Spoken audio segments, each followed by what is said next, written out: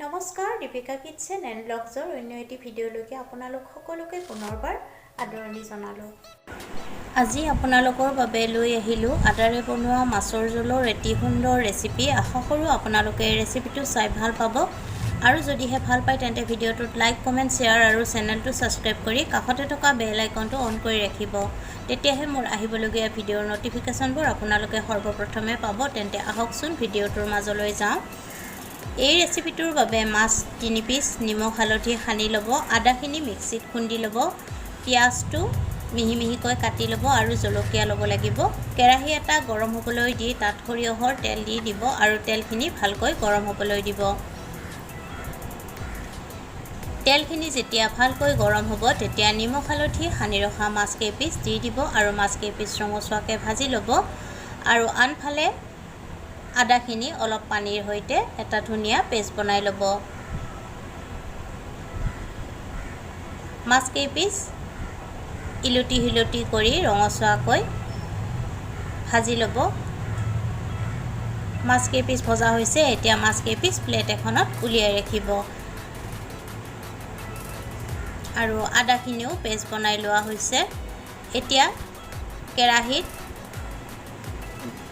পিঁয়াজ আৰু জলকীয়াটো দি দিব। তাৰপিছত লৰাই লৰাই পিঁয়াজৰ ৰং অলপ সলনি হোৱালৈকে ভাজি ল'ব লাগিব।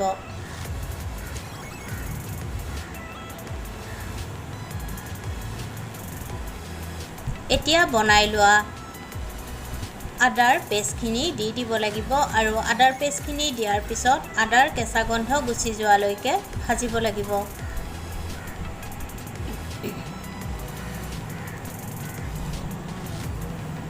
এতিয়া সোৱাদমতে নিমখ আৰু হালধি গুড়ি দি দিব আৰু নিমখ হালধি দি ভালকৈ পুনৰ 1 মিনিটমান সময় ভাজিব লাগিব।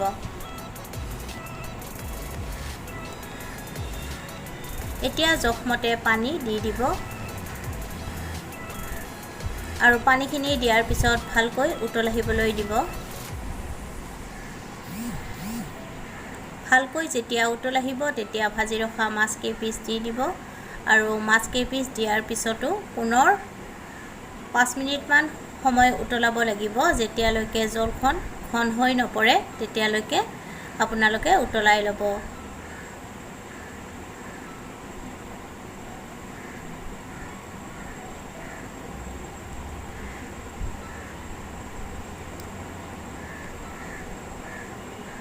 ভালকৈ উতলি যেতিয়া জলখন ঘন হৈ আহিব তেতিয়া গেছৰ জুই নুমুৱাই দিব।